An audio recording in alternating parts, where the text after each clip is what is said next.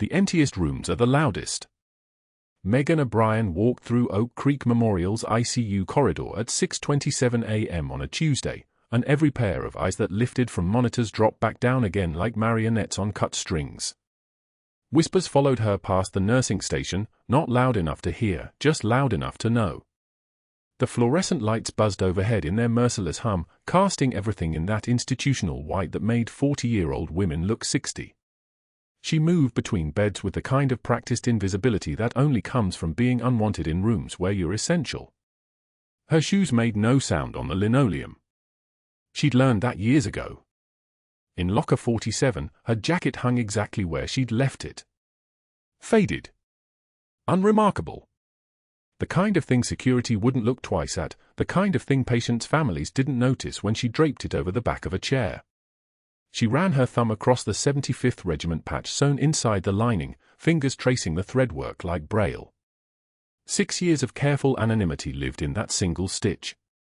Her hand moved on its own, a muscle memory that had nothing to do with muscle. She closed the locker door and didn't look back. The 4-pump in room 302 was running at 15 milliliters per hour, correct, steady, reliable. Just like everything Megan touched. She checked the tubing for kinks, verified the medication match on the bag, documented the time in precise handwriting that made hospital records auditors weep with gratitude. Her penmanship was a weapon. Clean lines. No ambiguity. Every number legible. Every abbreviation standard. Every timestamp exact to the minute. Room 304 was the reason she'd arrived early. The Army Ranger in room 304 had shrapnel embedded in 7 places across his chest cavity. IED blast, 3 weeks prior, medevaced from FOB Shank in Loga Province. He'd survived the trip. He'd survived surgery. He was surviving now on a morphine drip and the particular grace that comes from men who've already been broken and stitched back together. His eyes were closed when she entered. Sedated. The monitors sang their mechanical lullaby, beep, beep, beep. A rhythm as old as heartbeats. She adjusted the line feeding into his left arm, 14-gauge angiocath needle, secured perfectly, no infiltration, no swelling. The tape was dry. Dressing intact. She'd learned this craft in places where mistakes didn't get you fired. They got people killed. Her hands moved through the assessment without thought, checking the dressing, verifying the pump settings, confirming the medication label. 1 milligram morphine sulfate every 6 hours. Last dose for 15 a.m. Next due 10:15 a.m. The math was permanent in her head. He stirred. Not awake. That moment between dreams and consciousness where the body twitches like a fish on wet grass. His eyes opened halfway. Unfocused. Searching. She was still there, name tag clearly visible, white lettering on a blue background. O'Brien. That's what it said. Just that. Just those letters. His pupils dilated, not from pain medication, something else. Something like recognition trying to force its way through a locked door. He was staring at her name tag like he was trying to read a language he'd learned once and forgotten. She looked down at his forearm. The tattoo was deep, professional, old enough to have faded slightly in that particular way that meant it had been done before the last deployment. Maybe before the last 3. The ink read, M. O'Brien. Capital letters. A name he'd chosen to carry on his skin, and he had no idea why. Neither of them moved. The ventilators breathed their mechanical breath around them. Somewhere down the hall, a call light chimed. The world kept rotating. She adjusted his morphine pump 1.5 milliliters higher and stepped back. His eyes were closing again, consciousness slipping away like water through open fingers. Sleep, she said, and her voice was the voice of someone who'd whispered the same word to dying soldiers in the dark. Soft. Permission. A gift.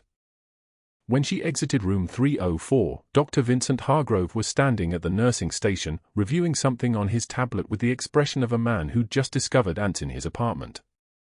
Expensive shoes. Italian leather. Probably $1,400. He wore them like armor. His hair was styled into a peak that suggested he stood in front of mirrors on purpose. 52 years old, Megan guessed. Probably told people he was 51. The kind of man who subtracted 5 years from his age and added them to his net worth. He didn't look up from the tablet. Brian. My office. 10 minutes. It wasn't a question. The pleasant tone didn't make it less of an order. His jaw was tight in that particular way that suggested he'd been smiling about something unpleasant and had forgotten to stop. She nodded once, the minimum acknowledgement required, and took one measured breath. The kind of breath that comes before you step into cold water. Deliberate. Controlled. A breath that asked no questions and answered none. He was still reviewing the tablet when she left. She could feel his eyes following her, or not following her. The uncertainty was the point.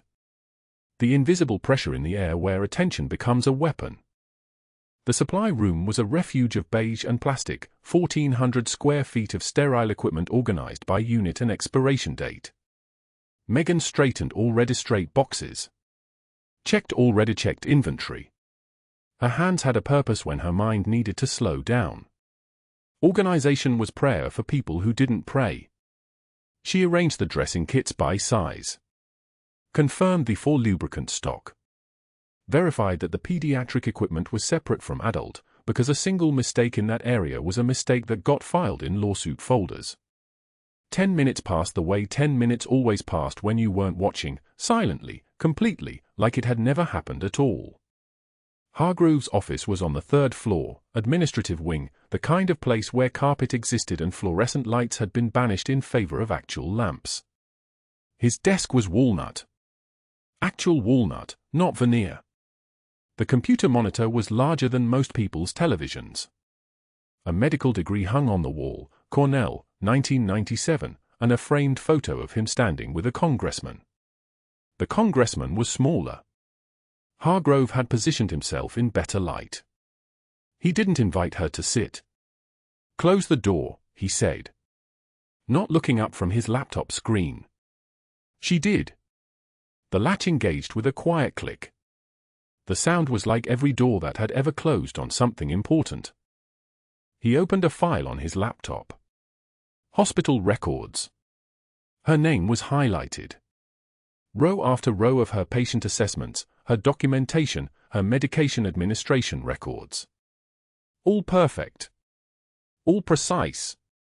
All completely, utterly damning to whoever had been doctoring the billing records with phantom equipment charges and kickback schemes that made the numbers sing in ways they weren't supposed to. Phantom equipment charges. That's what the irregularities were called when people said them out loud. When the actual paperwork went through the system, they were just line items. Just numbers. Just the kind of things that nobody tracked too carefully as long as someone was covering their tracks well enough. But Megan's documentation was a problem.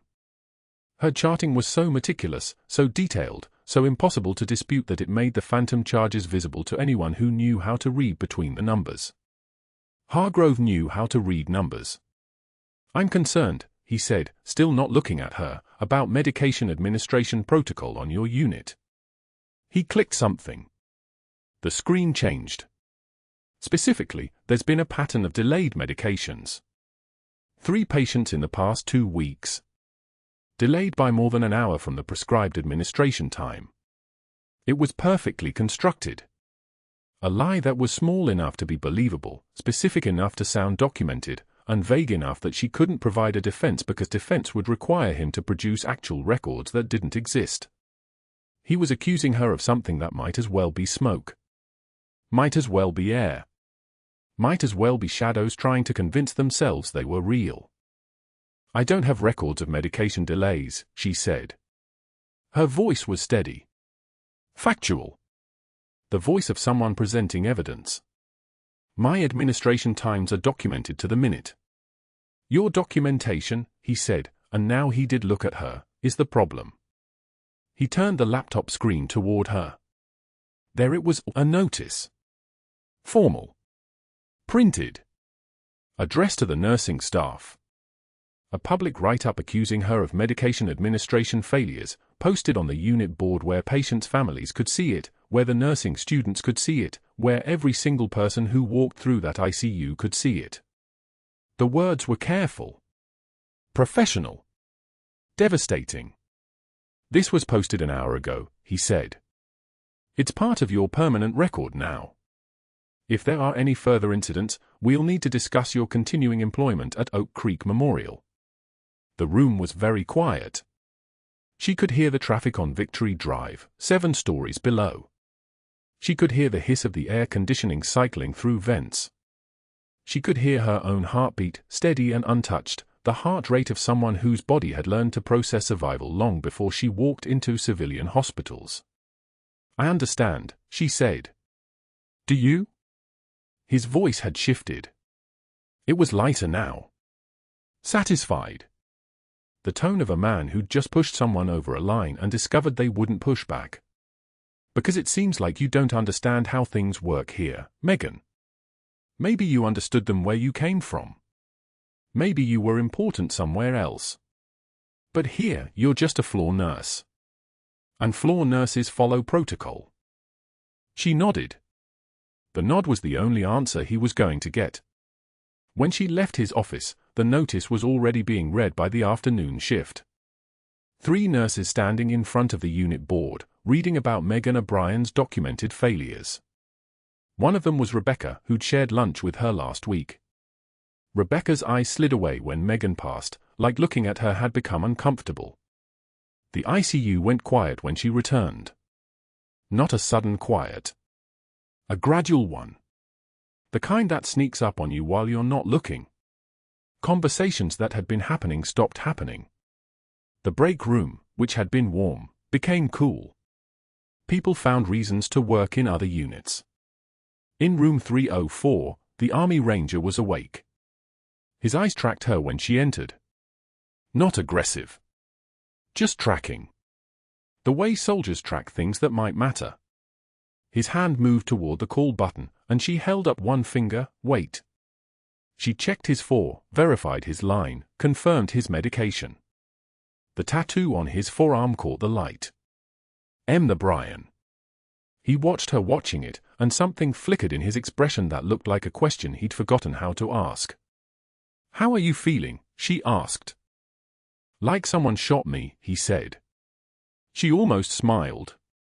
"Not quite. Close enough to count as dry?" "That would explain the pain, petty officer." He stared at her then. Really stared. Like she'd just spoken a language he'd learned once in a place that didn't exist anymore. But the morphine was doing its work, pulling him back towards sleep, and whatever he was trying to remember slipped away like water. She adjusted his blanket and left him there, eyes closing, name on his skin, the past he didn't recognize written in tattoo ink and her name tag. The shift continued. The afternoon became evening. The evening became night. And Oak Creek Memorial kept its whispers to itself, satisfied that it had finally solved its problem. The girl from nowhere had finally been put in her place. The break room at Oak Creek Memorial smelled of burnt coffee and fluorescent desperation. It was 6:27 a.m. on Thursday when Megan O'Brien pushed through the double doors with her lunch container, the same container she'd carried for 3 years, never once complained, never once made a sound. The disciplinary notice on the cork board stopped her mid-stride. Her full name in bold letters. Written warning, M. the Brian, failure to follow medication protocols. The medication delay had been 40 minutes because she'd been performing CPR compressions on a patient whose heart had decided, abruptly and without warning, to stop functioning.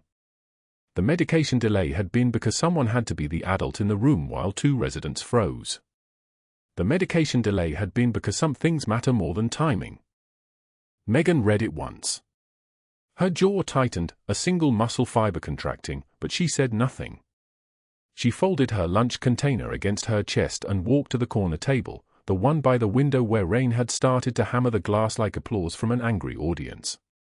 Saturday. She opened her container. She did not eat. Within 90 seconds, the break room began to empty.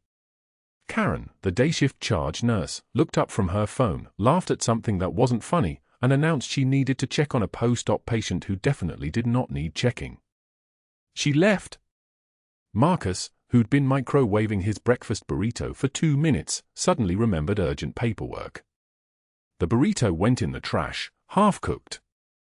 Jennifer, the nursing student, received what must have been the world's most critical text message because she stood up so fast she nearly knocked over her coffee, apologized to no one in particular, and walked out without finishing a single word of the conversation she'd been having with herself out loud. Megan's hands were the hands of someone who'd held a severed femoral artery closed while a ranger screamed and dust fell like snow. They were steady now. They were always steady. She took one measured breath, the kind of breath that comes from knowing the difference between fear and discipline, and opened her lunch container to a sandwich she had no intention of eating. The door closed behind Jennifer with a soft pneumatic hiss. Silence. The fluorescent lights hummed their monotonous frequency, a sound like a trapped wasp. Outside, rain drummed against the windows. Inside, Megan O'Brien sat alone with her lunch and the accumulated weight of 6 days of careful, deliberate destruction. This had started on Monday, the morning after Dr. Hargrove had walked into room 304 like he owned the air. The ranger's wife had been sitting in the vinyl chair by the window, her eyes red-rimmed and hollow. The ranger's adult son, Marcus Jr., everyone called him, had been standing at the foot of the bed, the way men stand when they're trying very hard not to fall apart. And Megan had been checking the chest tube, her hands moving with the precision of someone who'd done this 1,000 times before, which she had, though not in a hospital. Dr. Hargrove had entered without knocking. Nurse O'Brien, explain why Mr. Caldwell's pain medication was delayed 40 minutes this morning. Megan had turned, her expression blank as hospital walls. I was managing a code blue in the ICU. The patient crashed at. Excuses.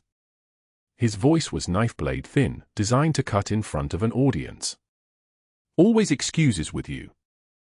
He had turned to Mrs. Caldwell with a smile that belonged on a used car lot, the kind of smile that said he was sorry she'd gotten stuck with such an incompetent staff member. I apologize that our less experienced staff can't manage basic time management. We'll absolutely ensure Mr. Caldwell receives the care he deserves. Mrs. Caldwell had looked away. She'd looked at her husband, then at her son, then at the wall. She had not looked at Megan. Megan's hands had not shaken. Her breathing had not changed. But something had shifted, a small internal realignment, like a fighter pilot banking hard into a turn. She had taken one measured breath. One single tear had escaped from her left eye, pure and clean as a bullet casing. She had wiped it away without breaking eye contact. And she had said, in a voice like gravel under boot heels, I've carried better men than you out of Ramadi. The room had gone absolutely, completely silent. The wife's breath had caught. The son's eyes had gone wide. Dr. Hargrove's face had flushed deep crimson, but he'd smiled anyway, that cold, predatory smile of someone who'd already calculated 3 moves ahead. Careful, ghost nurse. That attitude won't help your review. He'd left. He'd left, and the son had whispered, what just happened? And Megan had turned back to the chest tube like the moment had never occurred, like she hadn't just exposed something ancient and trained under her skin. That had been Tuesday. Wednesday had brought the written notice. Thursday had brought the break room. And Friday was coming, and Megan could feel it arriving like distant artillery. Over the next 3 days, the pattern had crystallized into routine. Megan would arrive for her shift. She would move through Oak Creek Memorial like a ghost moving through a hospital, which was exactly what everyone had decided to call her, the ghost nurse, whispered in corners, mentioned in rapid-fire side conversations that stopped the moment she rounded a corner. She would check her patients. She would chart her observations with the meticulous accuracy that had once made her invaluable and had now made her dangerous. And every time she entered the break room, the room would empty. It was physics. Action and reaction. Hargrove's campaign had accelerated past the write-up into something more systematic, more surgical. He'd begun appearing in doorways, watching her work with the intensity of a man cataloging evidence. he'd started making notes on a small leather notebook that he carried like a prosecutor preparing for trial. And he'd begun making phone calls. Megan had heard fragments. Board member Chen. Hospital legal. Documenting concerning patterns. Patient safety issues. May need your support when this comes to personnel. The words had drifted through the hallway outside his office like smoke, and Megan had kept moving, kept charting, kept breathing in the measured way that meant you weren't breaking. In room 304, the Ranger had begun to improve. His oxygen saturation was rising. His pain was manageable. His wife had started to smile again when she thought no one was looking. And 3 times a day, he would stare at the Brian name tag clipped to Megan's scrubs, his fingers moving to touch the tattoo on his forearm, the same letters, the same name, from some distant memory he couldn't quite reach.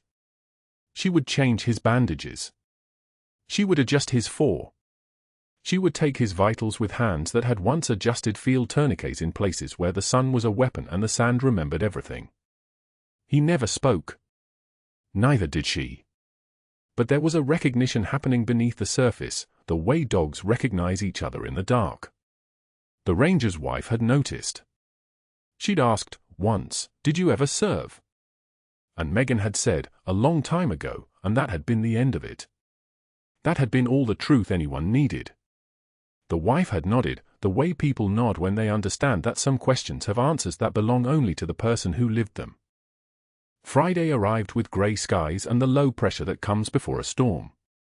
Megan arrived for the 6 a.m. shift, changed into her scrubs in the locker room, and felt the weight of the moment settling on her shoulders like a ballistic vest.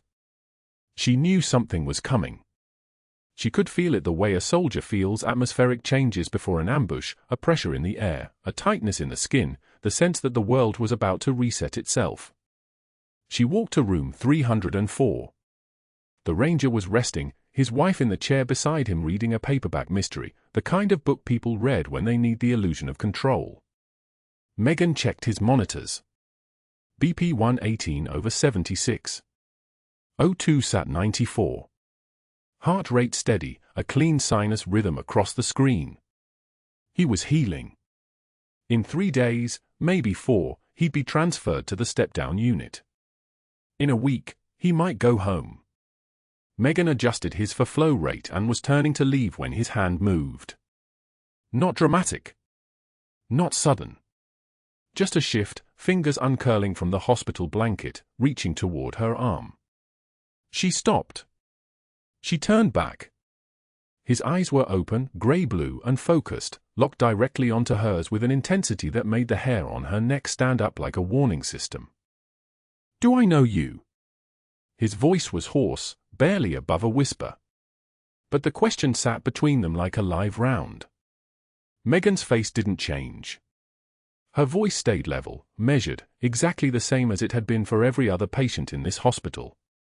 "I'm your nurse. I've been taking care of you since you arrived." He didn't look away.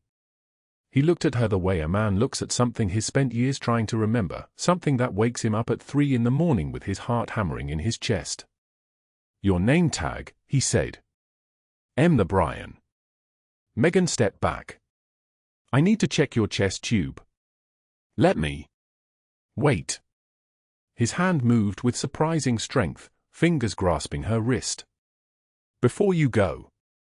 Just, where are you from?" "Originally." "Nowhere that matters," Megan said. And it was true. Ramadi was a place. Nowhere was a state of mind, and she'd been living in it for 12 years. She gently extracted her wrist and turned the conversation back to vital signs, back to safety, back to the distance between them. "Your oxygen saturation is excellent. Dr. Morrison says you'll be ready for the step-down unit by Monday." She left before he could ask anything else. The hallway was empty. The fluorescent lights hummed their trapped wasp frequency. And somewhere in his office, Dr. Hargrove was making another phone call, his voice smooth as oil. "Yes, Board Member Harrison, I wanted to give you a heads up before this reaches the formal committees. Ms. O'Brien appears to be exhibiting erratic behavior with patients, personal involvement, boundary issues, exactly the kind of liability that makes our accreditation board nervous. I've documented 3 separate incidents. If her references check out, this is probably nothing, but if there are any gaps in her background, we should probably act quickly. Megan didn't hear this. But she felt it the way animals feel the approach of storm systems, in the electricity of the air, in the tightening of every muscle that had been trained to survive. She went to room 302 and checked on Mr. Patterson, an elderly cardiac patient who'd been admitted 3 days earlier. His monitor showed occasional PACs, premature atrial contractions, nothing dangerous but worth noting. She charted it. She moved to room 306. She moved through the ward like a woman underwater, each motion deliberate, each gesture controlled, operating on the kind of discipline that doesn't break because breaking is not an option. At 11:19 a.m., Dr. Hargrove walked past her station. He didn't stop. He didn't need to. The message was in his posture, in the way his eyes flicked toward her with the satisfaction of a hunter who'd set his trap and was simply waiting for the prey to step into it. Megan didn't flinch. She didn't blink. She kept charting. Pain was information. And the information arriving now, transmitted through every clinical instinct she'd spent 12 years developing, was simple: the end was coming. The ranger in room 304, meanwhile, was trying very hard to remember something that his brain refused to fully form. A woman's face under desert sun. Dust in the air. A voice saying something that made the fear stop, at least for a moment.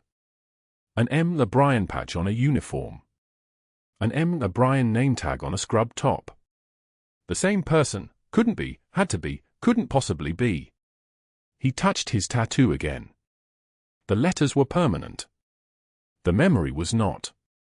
And in the distance, he could hear a helicopter. No, that was just the ventilation system. The hiss of air escaping from a previous patient's room. The sound of a hospital doing what hospitals do, healing people, saving lives, and sometimes, accidentally, destroying them. But not today. Today was still just the waiting. Today was the part of the story where the audience knew more than the characters did. The monitor screamed first. That's what Megan would remember later, not the numbers or the desperation, but the sound. A high electronic wail that cut through the afternoon like a siren through fog, alerting everyone within earshot that something inside room 304 had gone catastrophically wrong. She was 3 rooms down, checking a post-op patient's drain output, when she heard it. The alarm pattern was unmistakable. Not bradycardia. Not a disconnected lead. This was the kind of alarm that meant organs were failing in real time. She moved without thinking. 6 years of Navy medicine doesn't let you think. It just lets you move. The ranger's eyes were wide open, fear flooding through them like someone watching the walls close in. His mouth worked without sound, jaw clenching as his chest heaved against gravity itself. Blood oxygen saturation read 88% and dropping. His blood pressure had collapsed from 118 systolic to 73 and falling, a free fall measured in heartbeats. His wife stood frozen at the bedside, one hand reaching toward him but not touching, the way people gesture at fires they can't extinguish. Tension pneumothorax. Megan knew it the way combat medics know the smell of burning hair or the sound of a round passing through tissue. The ranger's left lung had collapsed, and the air escaping from it was pushing against his heart, compressing it like a fist closing around something fragile. Every breath he took was driving more air into a space where air had no exit. Every heartbeat was being squeezed by his own collapsing anatomy. She was at his bedside before the monitor completed its 3rd alarm cycle. "I need a 14-gauge angiocath," she said, her voice level as a held breath. "Now." The nursing assistant didn't move. Shock had locked her in place. "I said now." Megan's hand was already moving to the crash cart beside the bed. Her fingers found the needle through muscle memory that predated this hospital, this decade, this version of herself. The plastic was smooth and cold under her palm. She'd done this before, in a transport halo over Ramadi, in a tactical operating room where the ceiling leaked and the light came from headlamps duct taped to 4 stands. This was muscle memory with teeth. She turned to the ranger's wife. "I need you to step back. Now." The woman moved because the voice had stopped being polite. It had become a command. Megan tore open an alcohol prep pad with her teeth. The smell of antiseptic flooded her mouth, sharp, clinical, familiar as blood. She found the second intercostal space along his midclavicular line with the precision of someone who'd done this 1,000 times in conditions infinitely worse than a well-lit hospital room. The ranger's skin was slick with sweat, his ribcage heaving like an animal trying to outrun its own body. She didn't hesitate. Never hesitate. The needle went in like a knife through silk. 2 inches, maybe 3, straight through the chest wall, through the membrane separating the ribs, into the space where his lung had collapsed and air had pooled like water in a sinking ship. For one moment, suspended between heartbeats, nothing happened. Then the hiss. A sound like a tire deflating in a quiet garage. Pressurized air screaming out of the space it had filled, an escape so violent it was almost visible. The catheter held steady in her hand as the pneumothorax decompressed, the air that had been crushing his heart suddenly finding an exit, rushing into the room with the force of 7 days of pressure released in a single second. His oxygen saturation climbed. 85%. 87%. 89%. "Breath sounds on the left," she said, moving the stethoscope, listening for the whisper of air returning to lung tissue that had been collapsed, suffocating silently. There. The sound of ventilation resuming. Of life finding its way back in. 91%. 92%. The monitor's alarm shifted from its death scream to a normal rhythm, beeping methodically, the sound of a body remembering how to exist. The ranger's mouth opened. Drew in a breath that his own body had been denying him. His wife made a sound like a prayer being answered. Megan secured the catheter with tape, movements precise and economical, documenting the time on his chart with the hand steadiness of someone who'd never experienced doubt. 1436, needle decompression, second intercostal space, immediate improvement in oxygenation and respiratory status. The ranger's wife was crying, one hand on his shoulder, the other reaching toward Megan with the gratitude of someone who'd been handed back a life she thought she'd already buried. The clinical focus stayed in place for exactly 8 more seconds. Then Dr. Hargrove appeared in the doorway. He wasn't moving fast. Wasn't breathless. Was, in fact, almost strolling, the way a man walks when the game is already won and he's just collecting his winnings. Behind him came 2 security officers, their radios crackling softly against their duty belts. He'd called them before coming to room 304. Had made those arrangements while the ranger's lung was collapsing, while Megan's hands were moving, while the monitor was screaming. He'd been 3 moves ahead the whole time. "Nurse O'Brien," he said, the word smooth as oil on water. "You're suspended effective immediately." The room went silent. Not the silence of held breath, the silence of a world stopping. Performing an invasive procedure without physician authorization. Insubordination. Creating a hostile environment. He delivered the charges like a man reading from a script he'd memorized years ago, had already performed on someone else, somewhere else, and knew exactly how the ending went. Security will escort you to collect your personal belongings. You're to leave the premises. Megan turned slowly. Her eyes met his. In that moment, that single moment of absolute clarity, she understood the full architecture of what he'd built. The phone calls that went nowhere. The write-ups. The isolation. The campaign designed not to expose her, but to destroy her credibility so completely that when this moment came, when she saved a life with her hands and her training, it would be framed as a violation instead of salvation. She took one measured breath. "He would have died," she said.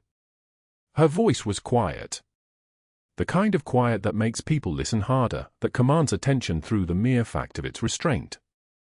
But Hargrove's smile didn't falter. If anything, it widened. The smile of a man watching his endgame arrive on schedule. "That's not your determination to make, ghost nurse." He stepped aside, gesturing to security with the casual grace of a man dismissing a servant. "Escort her out." Belongings only. The other nurses in the hallway froze as she passed. Some looked guilty, eyes suddenly very focused on their own tasks. Others looked relieved, grateful that they were not the target, that the invisible pressure they'd been feeling had found a place to discharge.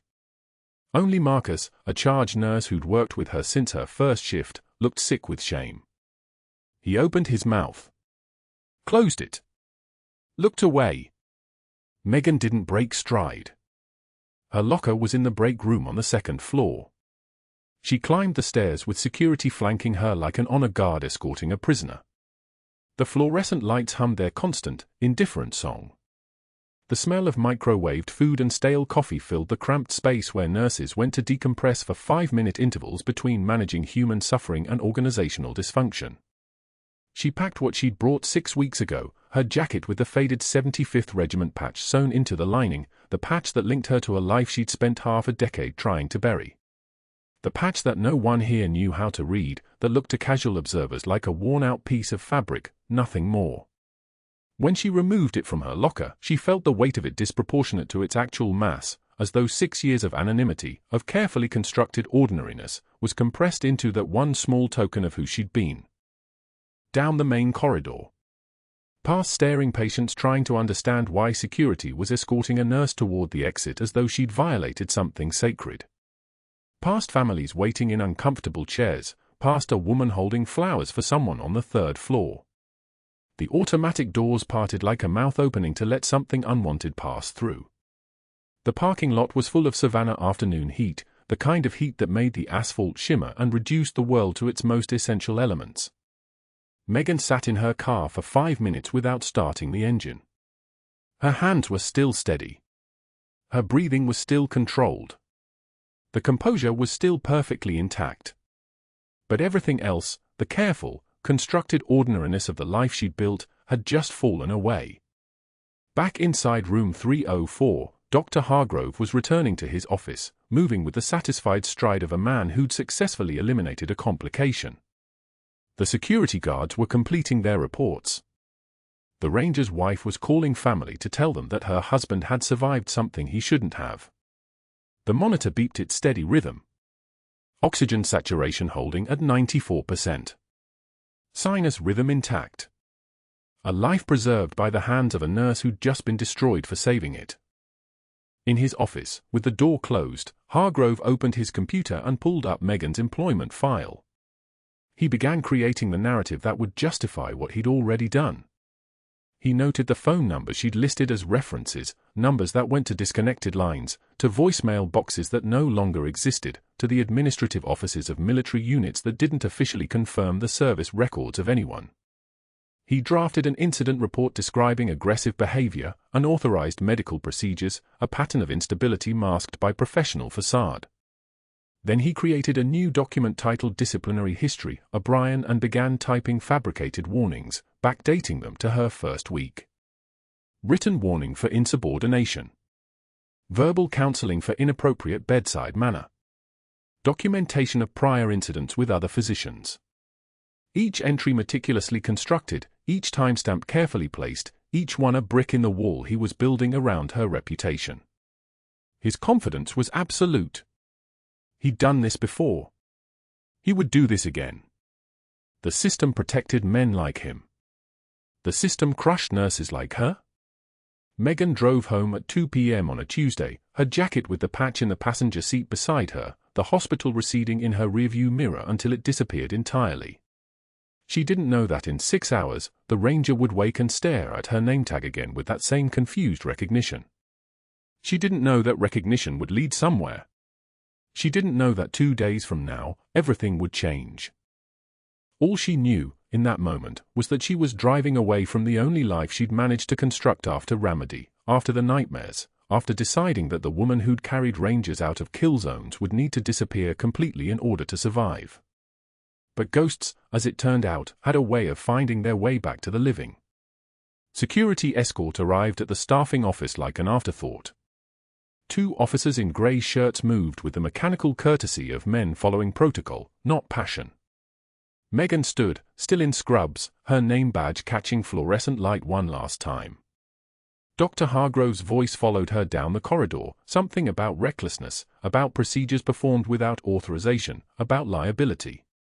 She didn't turn around. The words were just noise, justification layered over a termination that had been decided the moment her charting threatened his billing scheme. Her hands were shaking. Not from fear. From the precision memory of what those hands had just done, the needle sliding between ribs, the rush of air escaping the chest cavity, the sinus rhythm returning on the monitor. She'd saved that ranger's life with the muscle memory of a dozen similar moments in Ramadi. And now she was being escorted out like a thief. The jacket hung on her arm, the one she'd brought from home that morning, navy blue canvas, worn soft from years. Inside the lining, stitched into the interior pocket with careful thread work she'd done herself, was a faded unit patch. 75th Regiment. A gift from another life, from men whose names she didn't speak anymore, whose faces she still saw at 3 in the morning. She pulled the jacket on as they walked past the empty break room where she'd eaten lunch alone for months while her colleagues silently abandoned their trays and conversation. The numbness was setting in now, the same dissociation that had kept her functional through 12 years of Navy service, through Ramadi, through the decision to disappear into civilian life where no one asked questions and no one looked too closely. She could compartmentalize this. She'd compartmentalized everything else. The automatic doors slid open onto Broughton Street. October sun hit her face like a question she couldn't answer. One of the escorts walked her to the parking lot. "Your final paycheck will be mailed," he said, professional, almost apologetic. She nodded.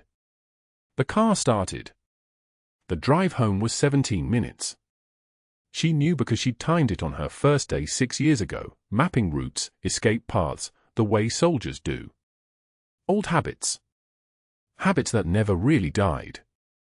The highway entered into residential streets.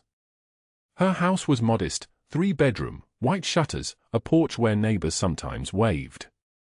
She pulled into the driveway at 2:15 p.m. on a Tuesday and sat in the silence of the car, hands still gripping the wheel, still in scrubs, still wearing the hospital badge they hadn't asked her to return.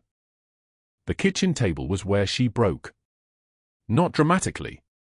Just a slow fracture, the kind that happens when you've been holding yourself together so tightly for so long that the release becomes catastrophic. She sat in the wooden chair facing the window, still wearing scrubs, and let her hands fall open on the table. They were clean. She'd scrubbed them in the bathroom at work before security arrived. Clean hands that had performed a life-saving procedure. Clean hands that were now costing her everything. The tears came silently, no sound, no trembling, just water streaming down her face while her chest remained absolutely still. She'd learned this too, in Ramadi. How to cry without breaking. How to grieve without falling apart. How to die a little on the inside while staying functional on the outside. Emma came home at 3:56 p.m., her backpack hitting the kitchen tile with the careless thud of a 16-year-old who still believed Tuesday afternoons were ordinary. She froze. "Mom? Why are you home?" The backpack slid to the floor. Her daughter's face shifted from confusion to alarm in the span of a breath. What happened? Megan couldn't speak. The words were somewhere in her throat but they wouldn't come. She'd kept this separation so carefully maintained, the work Megan and the home Megan never occupying the same space. The hospital was where she was quiet and competent and invisible. Home was where she was a single mother who volunteered at Emma's school and made pasta on Thursday nights and never mentioned the Navy, never mentioned Ramadi, never mentioned the woman she'd been before. Emma moved closer, her voice smaller now, frightened. "Did someone die?" Megan shook her head. Slowly. She wiped her face with the back of her hand, a military gesture, quick and efficient. "I saved someone," she said. Her voice sounded foreign. "And I lost my job." Emma sat down beside her, close enough that their shoulders almost touched. "That doesn't make sense." "You did the right thing." The statement was so perfectly adolescent, so certain of justice and consequence, that it cracked something deeper. Megan pulled her daughter against her side. Emma was nearly as tall now, almost a woman, still carrying the softness of childhood in her face. Sometimes doing the right thing costs everything, Megan said quietly. It wasn't the answer Emma wanted. It was the answer that was true. They sat together in the kitchen as afternoon light moved across the table, neither of them speaking, the silence heavy with all the things Megan had never said. The nightmares. The reasons for the panic attacks at loud noises. The scars on her ribs that Emma had asked about once when she was 8, a swimming accident, Megan had said, and Emma had never questioned it again. The fact that her mother sometimes woke up screaming in the night and spent an hour in the dark, breathing through it, before coming back to bed. That evening, after Emma finished homework and disappeared into her room with the door closed, Megan sat at the kitchen table again. The jacket lay across the back of the chair beside her. She reached over and pulled it into her lap, running her fingers across the worn canvas, across the interior pocket where the patch was stitched. Her fingertips traced the thread work. 75th Regiment. The faces came with it, not unwelcome exactly, just overwhelming. Martinez, who made jokes about everything. Rodriguez, who had a daughter he'd never met. Holloway, who asked too many questions. Caldwell, the young one, the ranger in room 304, the one with the tattoo that said M. O'Brien, the one she'd carried 3 miles through enemy fire with 2 bullets in his leg and 1 in his shoulder, and the knowledge that a medevac was 37 minutes out and infection killed faster than blood loss. She'd pulled him forward with her hands locked under his armpits, dragging him through dust and noise and the sound of gunfire finding stone. She'd done that. That person had existed. That person had saved lives in a kill zone. That person had received a Navy Cross and 2 Bronze Stars and a Purple Heart and had chosen to walk away from all of it because the cost of remembering was more expensive than the cost of disappearing. Oak Creek Memorial, the same evening. Room 304, Trauma Wing. The ranger was sitting up now, breathing room air, the color returning to his face in the way that meant infection wasn't setting in. His wife sat in the chair beside the bed, her phone in her lap. She'd been reading something on the screen, and she'd shown him a news story, local coverage, the kind of thing that fills dead air on Savannah television. Hospital controversy. A photo of a nurse suspended after performing an unauthorized emergency procedure. The photo was from an employee badge. The woman in it had her hair pinned back, no makeup, just the stark clarity of identification photography. The ranger had stared at that photo for 3 full seconds. Then his hand had moved to his forearm. The tattoo. M. the Brian. His wife was saying something about the news story being unfair, about filing a complaint, but her voice had become distant. His breathing had accelerated. His eyes had widened. His hand went to the tattoo like a soldier touching a talisman, touching proof that memory was real. His wife leaned over. "Honey, what is it?" And he'd said one word. A call sign. A ghost. A name he'd whispered once in a kill zone and had never said aloud since. Reaper. His wife didn't understand. What? But he was already moving, already reaching for his phone with a hand that had regained strength in the past 48 hours.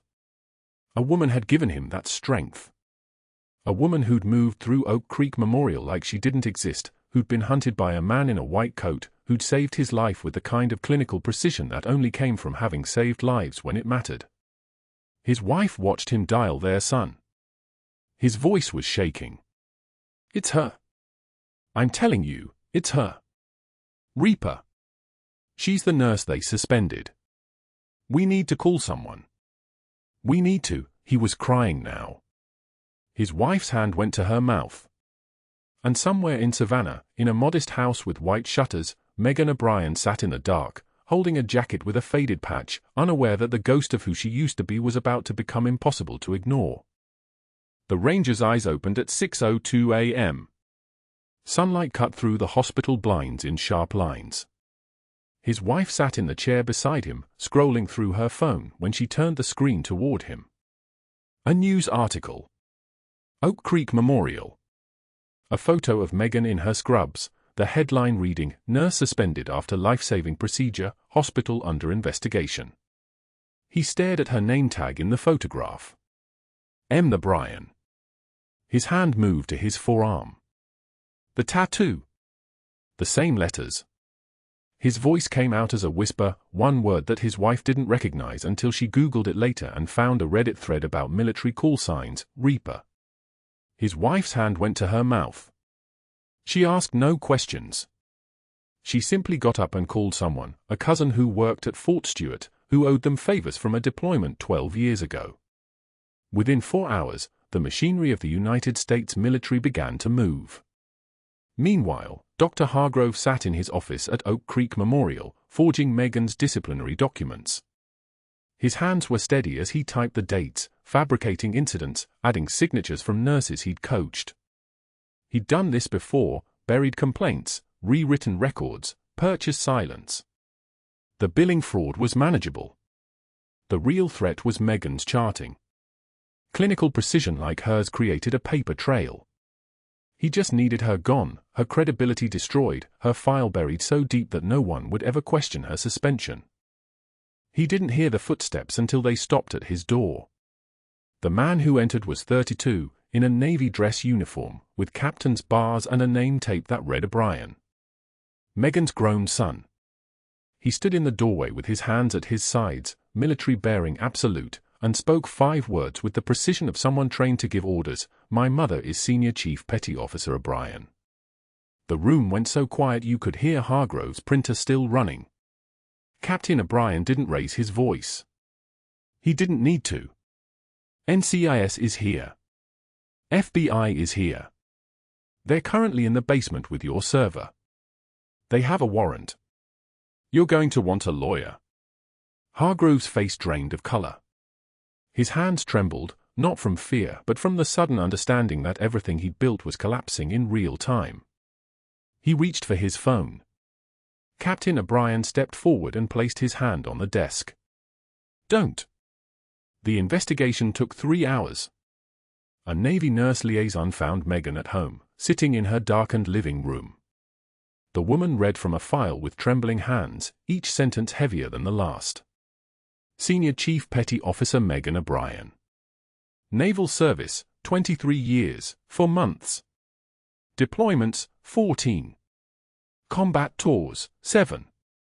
Rank progression, enlisted to Senior Chief, medical specialization, combat trauma medicine, SEAL Team 3, Charlie Platoon, medical team lead. The liaison paused. Swallowed. Bronze Star. Silver Star. Purple Heart, 2. And a Navy Cross for actions under fire, Ramadi, March 2007. For wounded Rangers. Kill zone. You carried them out. All for survived. Megan sat motionless, her daughter Emma standing in the kitchen doorway, hearing her mother's life read aloud like a classified document suddenly declassified. The liaison's voice cracked. I trained under one of your corpsmen. You saved his life. He's teaching now. He doesn't know you're his sister-in-law. An FBI agent arrived at Oak Creek Memorial at 2:15 p.m. with a stack of warrants and a quiet rage that hung in the air like humidity before a storm. He found Hargrove in his office, still trying to fabricate documents, and read him his rights with the kind of flat effect that meant he'd done this 1,000 times before. Dr. Marcus Hargrove, you're under arrest for wire fraud, healthcare fraud, conspiracy to commit fraud, and evidence tampering. You have the right to remain silent. Hargrove tried to run. He made it to the elevator before the FBI agent caught him by the arm, not roughly, but with the kind of professional restraint that suggested he'd subdued much larger threats. The handcuffs clicked into place. Double-locked. Metal cold against his wrists. They walked him out through the main lobby at 2:27 p.m. The hallway was full. Every staff member who'd shunned Megan lined the corridor, nurses in their scrubs, orderlies, the medical director, the receptionist who'd whispered about her instability. Marcus couldn't meet anyone's eyes. Karen was openly weeping. The receptionist had her hand over her mouth. Hargrove tried to maintain some dignity, lifting his chin, but the handcuffs behind his back made it impossible. His designer shoes scuffed on the linoleum. His expensive suit, the one he wore to impress board members, suddenly looked like a costume on a failing actor. Outside, 3 news vans had cameras rolling. The image of Dr. Hargrove in handcuffs led every evening broadcast in Savannah. Local news. Regional news. National news picked it up because of the Navy angle. The story became, prestigious surgeon arrested for fraud, colleagues say they suspected nothing. The perp walk lasted 17 seconds. It destroyed his life in less time than it took to brew a cup of coffee. The Georgia Medical Board suspended his license pending review. 3 weeks later, they revoked it entirely. The hearing took 90 minutes. A board administrator read the decision with no emotion. License to practice medicine revoked, effective immediately. Prohibited from seeking reinstatement for a minimum of 10 years. Hargrove sat with a public defender. His expensive suit was replaced with off-the-rack khakis from the jail commissary. His wife filed for separation. His country club membership was cancelled.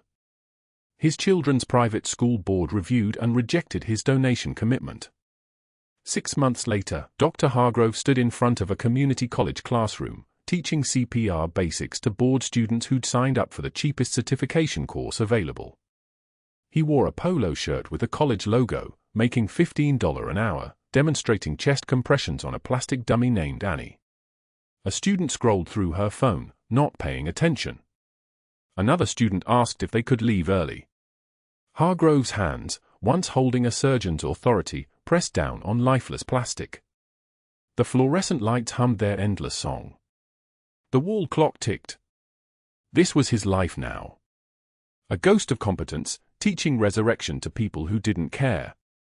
Meanwhile, in the rose garden of the White House, Meghan stood in her dress whites for the first time in 6 years. The uniform fit perfectly. The fabric felt like muscle memory against her skin, shoulders back, spine straight, the weight of insignia and history settling across her chest. She'd thought she'd buried this person, the officer, the legend, the woman they called Reaper. She'd thought she could be invisible. The president approached the podium. His voice carried across the garden like authority itself. Today we honor Senior Chief Petty Officer Meghan O'Brien, who represents the highest ideals of service, both in uniform and out. Her actions in Ramadi saved 4 lives under fire. Her actions at Oak Creek Memorial saved another. Her quiet courage in the face of injustice reminds us that heroism doesn't always come with recognition. It often comes with sacrifice. The president pinned the Presidential Citizen's Medal to her chest. The medal caught the afternoon light, casting it back like a reflection of everything she'd been running from. Cameras flashed. The ranger and his family stood to applaud from the front row. His eyes were wet. His son, the Navy captain, saluted his father's savior. The SEAL team leader who'd read her decoration stood at attention. Meghan's sister from Atlanta wept openly, learning for the first time where her sister had been for 6 years. Why the phone calls were always short. Why she'd never come home. Emma stood in the audience, finally understanding why her mother sometimes woke up screaming at 3 in the morning. Why she moved through rooms like she was calculating distances and angles. Why a simple knock on the door could make her hand instinctively move toward a weapon she no longer carried. She was the bravest person in any room because she'd already survived the worst. And she'd chosen to keep surviving, quietly, without recognition, in scrubs and shifts and endless small acts of mercy. After the ceremony, Meghan found a quiet corner of the rose garden. The roses were red, nearly black in the late afternoon light. Emma approached carefully, as if her mother might disappear if startled. "Mom, why didn't you ever tell me?"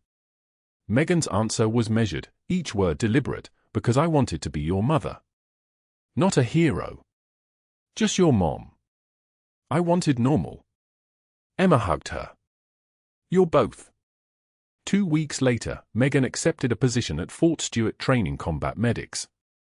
Not returning to Oak Creek Memorial, she'd politely declined reinstatement, but moving forward into something new. The hospital CEO's apology letter sat unopened on her kitchen table.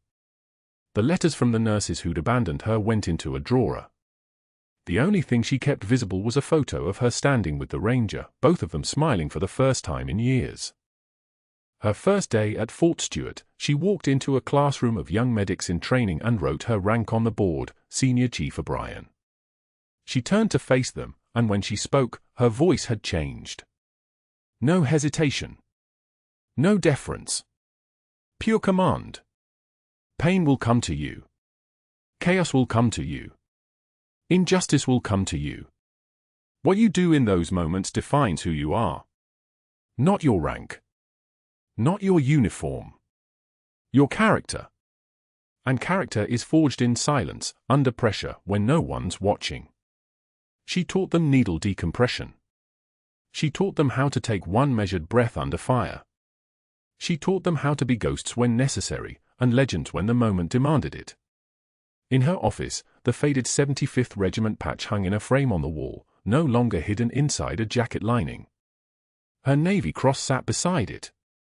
A photo of Emma on her desk, and another of the Ranger with his family, his arm around Megan's shoulders. Thank you for watching. If this story of quiet heroism and hidden strength resonated with you, please like this video, subscribe to the channel, and drop a comment. What would you have done if the Pentagon called your workplace? We upload new stories every week of people who were underestimated until the truth came out. See you next time.